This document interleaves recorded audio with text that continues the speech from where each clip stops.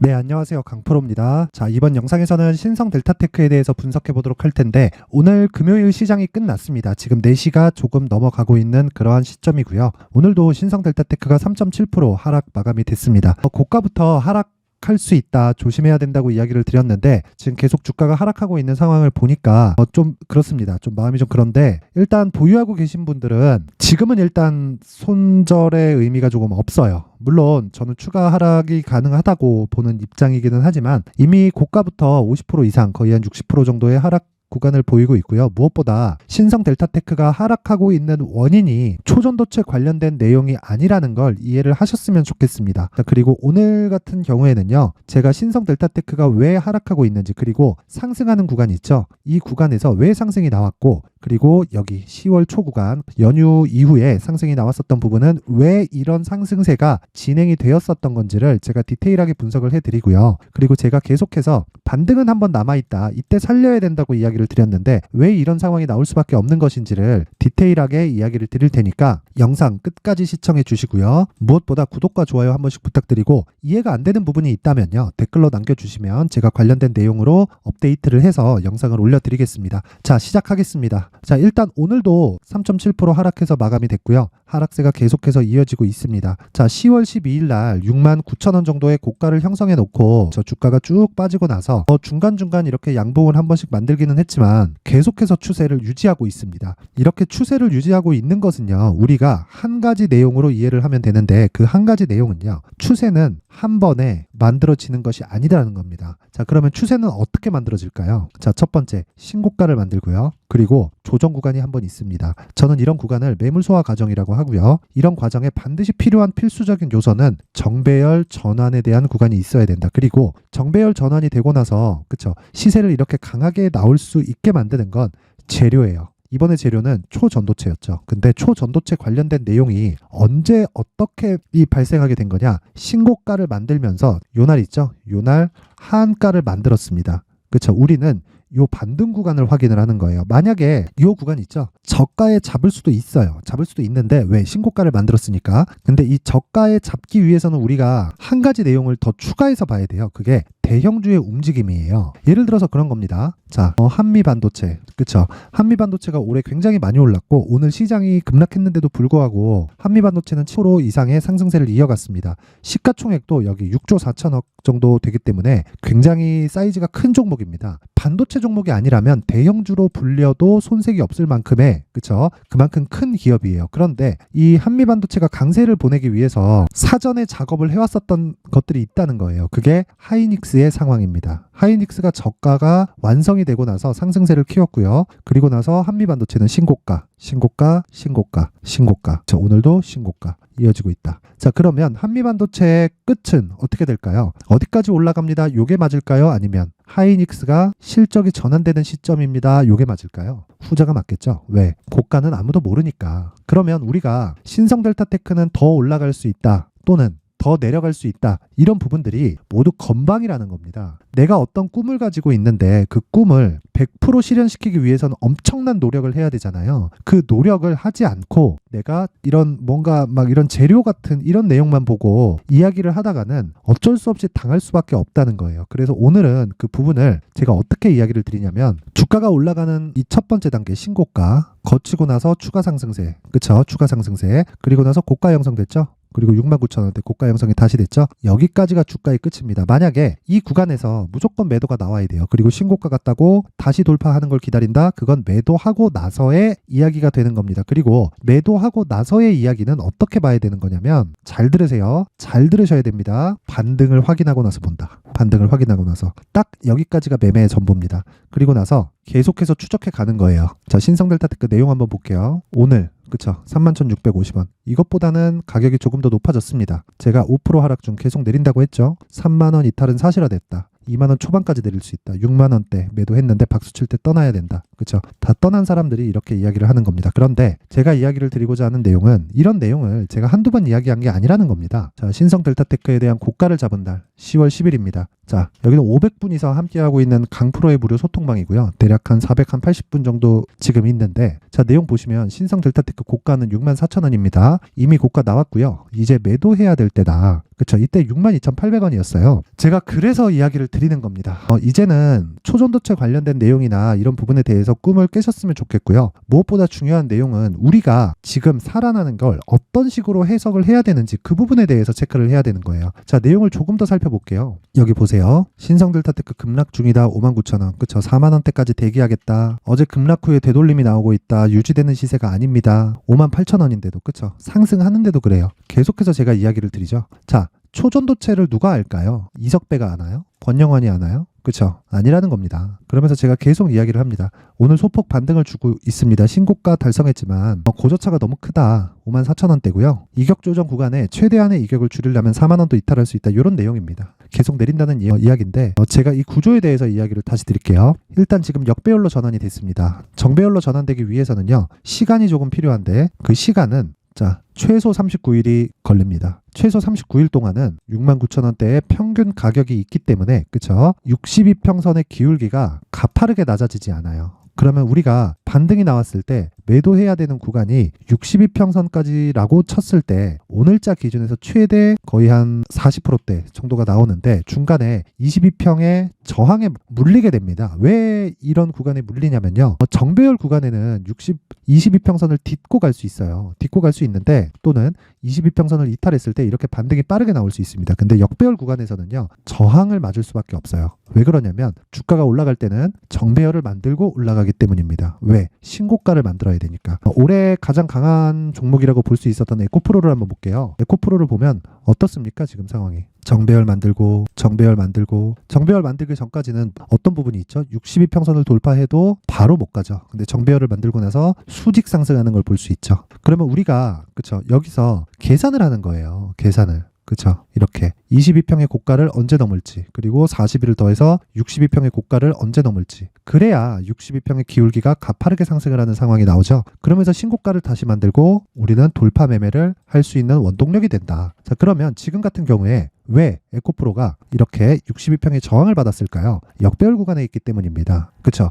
자, 관련주라고 보기는 조금 그렇지만 에코프로와 같이 움직인다고 볼 수 있는 포스코 DX입니다. 포스코 DX는 왜 아직도 이렇게 고가에서 머물고 있을까요? 개별적인 이슈가 있어요. 근데 그것보다 아직까지 개별적인 이슈로 인해서 역배열 전환이 되지 않았습니다. 근데 생각해 보세요.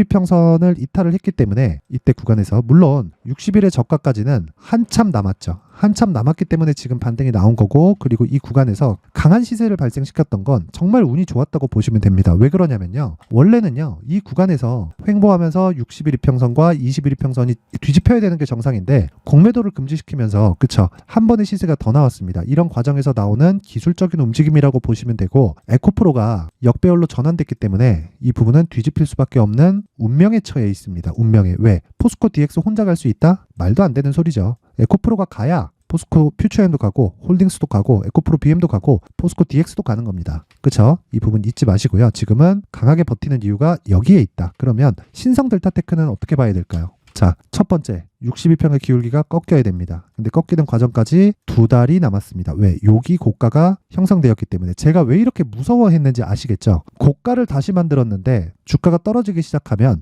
요 고가가 빠질 때까지 62평의 기울기가 고가에서 유지되겠죠. 근데 고가 구간까지 실적에 대한 확인이 되나요? 저가부터 6배가 올랐는데 그 자체가 안 된다라는 거예요. 그래서 제가 이야기를 드리는 겁니다. 어떻게? 이렇게 이야기를 드리는 거예요. 계속해서. 자, 보세요. 오늘 같은 경우에도 신성 델타테크를 제가 계속해서 이야기를 드리잖아요. 계속 내릴 수 있다.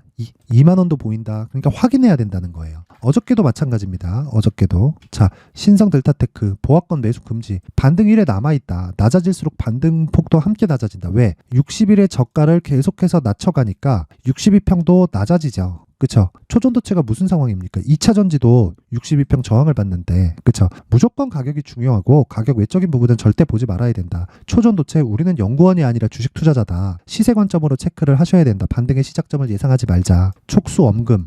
이거 어저께 이야기를 드린 겁니다. 자, 11월 9일 촉수 엄금 이렇게 이야기를 드린 거고 다시 말씀드리겠습니다. 주식시장에서 가장 중요한 건 가격 전략입니다. 그리고 가격 전략 이외에 다른 모멘텀 이슈 재료들 있죠. 그런 거 절대 보지 마세요. 중요한 게 아니에요. 그리고 다시 말씀드리지만 강프로의 무료 소통방에서는 신성 델타테크를 포함해서 포스코 DX 그리고 오늘자 같은 경우에는요. 하나 마이크론을 장중에 공략을 했고요. 그리고 장 시작 전에 저는 단타 종목이 다 나갑니다. 그렇죠. 그리고 이렇게 위메이드 같은 경우에는 보세요. 52,000원까지 1차로 기다립니다. 58,000원이고 오늘 추가적으로 상승이 나왔을 겁니다. 볼게요. 자, 보세요. 58,500원에 마감이 됐는데 이렇게 올라갔죠. 기다리세요. 기다려야 됩니다. 기다려야 가격이 옵니다. 싸게 사야 우리가 매매가 편해지는 겁니다. 그리고 돌파하는 구간에 대해서는 우리가 이평선에 대한 계산법을 알면 된다. 그 부분은 제가 여기 강프로의 무료 소통방에서 계속해서 공유를 해드리고 있습니다. 자, 내용 한번 계속 확인해 볼게요. 하나 마이크론 같은 경우에도 하나 마이크론 상승 중입니다. 장중 매매 종목이고요. 시장이 약세 국면에서 반드시 반도체는 계속 강세를 보입니다. 2차 전지보다 반도체 그리고 게임, 제약바이오, 조선 앞으로 주도주가 될 수 있다. 이런 내용입니다. 이런 내용을 제가 계속해서 언급을 해드리고 있고요. 무엇보다 중요한 건 단타 종목입니다. 오늘도 그쵸? 오늘도 거의 뭐 준상한가에 준하는 종목을 잡았고요. 자, 젠큐릭스 보면 오늘 21%대 마감이 됐고 시가 대비해서 한 10% 정도 종료가 됐습니다. 매도 나갔겠죠. 그리고 어저께 같은 경우에는 자 11월 9일 8시 44분 위더스 제약이 진행됐고 자 위더스 제약은 오늘 27%에 마감이 됐습니다. 1박 2일 동안 30% 정도의 수익 마감이 되었다. 물론 매번 이런 매매가 진행되는 것은 아닙니다. 어저께도 두 종목이 나갔고 오늘도 두 종목이 나갔는데 어저께 나갔었던 종목인 파마 리서치 같은 경우에는요. 오전 8시 52분. 근데 제가 말씀드렸죠. 인제 매도가 보이죠? 왜? 역배열 구간에서는 62평을 돌파하지 못한다. 혹시 돌파했을 경우에는 그쵸? 고가에서 횡보 구간이 있어야 된다. 그러면 우리는 62평 기준에서 매도하면 되는 겁니다. 근데 62평까지 여기 4%의 반등이 나왔기 때문에 당연히 매도가 나와야 됩니다. 매도가 나와야 돼요. 끝이에요. 이런 부분을 그쵸? 왜 이렇게 진행하는지를 이해할 수 있게 제가 만들어 드립니다. 자, 내가 신성 델타테크를 통해서 멘탈이 흔들린다 하시는 분들은 앞서 말씀드렸던 것처럼 강프로의 무료 소통방으로 들어와서 멘탈 잡으세요. 제가 정말 걱정돼서 그러는 거니까. 그리고 무엇보다 신성 델타테크 중에서 지금 초전도체가 중요한 게 아닙니다. 그래서 여기 소통방에 와서 제가 디테일하게 가격을 잡는 모습을 보면서 공부를 하고 멘탈을 잡으면 정말 뭐 하루에 10% 20%짜리 종목이 계속해서 터지는 건 아니지만 뭐 5% 6% 뭐 적게는 3, 4%까지는 지속적으로 수익 실현이 가능합니다. 그래서 그런 걸로 채워가야지 지금 신성 델타테크만 기다려서 될 건 아니다. 그쵸? 입장 방법은요. 딱 제가 주말까지만 입장을 받도록 하겠고요. 상단에 있는 전화번호로 참여라고 문자를 보내주시는 분들에 한해서만 제가 소통방 입장 링크를 공유해 드리도록 하겠고요. 그리고 앞서서 말씀드렸었던 내용처럼 제가 신성 델타테크의 가격을 어떻게 잡는지 그리고 단기 보유 전략에 대한 기준치 2주 동안의 이 기준치를 어떻게 잡는지를 알고 싶다 하시는 분들은 제가 영상으로 남기기에는 너무 긴 내용이 될 수 있어서 자료를 준비를 했으니까 상단에 있는 전화번호로 숫자 3이라고 문자를 보내주시는 분들에 한해서만 제가 신성 델타테크의 가격과 단기 보유 전략을 공유해 드리도록 하겠습니다. 자, 시청해 주시는 모든 분들이 상단의 전화번호 확인해서 숫자 3이라고 문자 보내주시고요. 실시간 내용이 필요하다. 그러면 참여라고 문자 보내주시면 됩니다. 자, 한 가지 기억하셔야 될 건 신성 델타테크 한 방은 남았습니다. 그리고 손절은 늦었어요. 다시 말씀드리지만 지금 중요한 건 가격이 제일 중요합니다. 가격에 대한 부분 제가 디테일하게 잡을 테니까 모든 분들이 힘내시고요. 모두 성공 투자하셨으면 좋겠습니다. 자, 이제 23년도 다 끝나가지만 매매를 하시면서 스트레스를 받으시는 분들이 있을 수 있습니다. 시장이 항상 그렇긴 하지만 그래도 제 구독자분들과 시청해주시는 분들을 위해서 앞으로 차기 주도주가 될 수 있는 대시세 종목을 준비를 해왔습니다. 단타나 짧은 수익만을 쫓다 보면요. 잦은 손절로 계좌가 망가지는 건 순식간이고요. 그만큼 수익하고는 거리가 멀어지겠죠. 장기간 유지하기가 어렵기 때문입니다. 결과적으로 주식시장에서 돈을 벌기 위해서는요. 어떤 계기를 만들어야 되는데 그 계기는 한 종목에 비중을 실어서요. 수익을 보는 것 말고는 없습니다. 쓸데없이 잦은 매매를 하지 말라는 이야기고요. 그리고 한 종목에 비중을 실을 수 있어야 된다는 겁니다. 그런데 이 비중을 실는 과정에서 성장 산업군에 대한 이해가 필요하다는 겁니다. 이 부분을 반드시 기억을 하셔야 돼요. 자, 이런 성장 산업에 대한 구조와 제가 앞서 말씀드렸던 신고가 그리고 선반영 구조에 대해서 이해를 했을 때 이런 매매를 할 수 있게 됩니다. 2월 7일 강프로의 대시세 종목으로 에코프로 매수가는 17만원 이에서 진행이 됐고요. 그리고 목표가는 50만원부터 자율 매도 구간으로 잡았죠. 예상 수익 범위가 200% 이상으로 되어 있는데 신고가 이후에 선반영 평균치가 200% 이상이기 때문에 그렇습니다. 자, 그런데 에코프로가 2차전지 양극재 기업이죠. 2차전지 양극재는 친환경이라는 범주 안에 속해 있다고 보시면 됩니다. 근데 제가 항상 이야기를 드리죠. 시세는 항상 연결된다고요.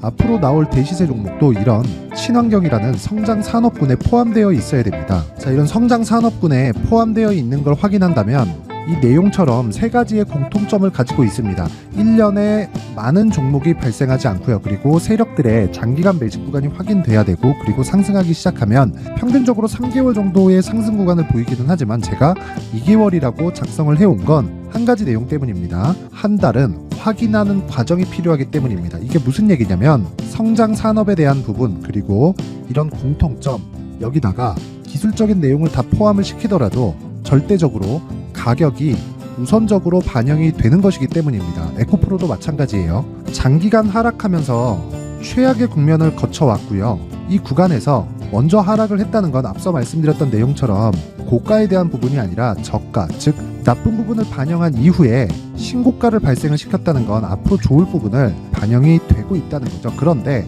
본격적인 시세는 신고가 이후라고 말씀을 드렸고, 지금은 매물 소화 과정을 보내고 있습니다. 앞서 말씀드린 대로 가격 먼저 분석을 끝냈죠. 그리고 나서는 정부 정책의 방향과 맞는지를 체크를 해야 되는 겁니다. 2023년 대시세 종목인 에코프로도요, 정부 정책의 방향에 맞는 종목이라고 볼 수 있겠죠. 물론 이런 종목들도요, 신고가 이후에 시세를 낸다는 건 반드시 기억하고 있어야 됩니다. 자, 이런 내용을 토대로 23년 상반기 에코프로와 같은 대시세 종목을 준비를 해왔습니다. 자, 하반기 대시세 종목은 영상 상단의 전화번호로 대시세라고 문자를 보내주시는 분들에 한해서만 공유해드리도록 할 테니까 영상 상단의 전화번호 확인해서 하반기 대시세 종목으로 큰 수익 내셨으면 좋겠습니다.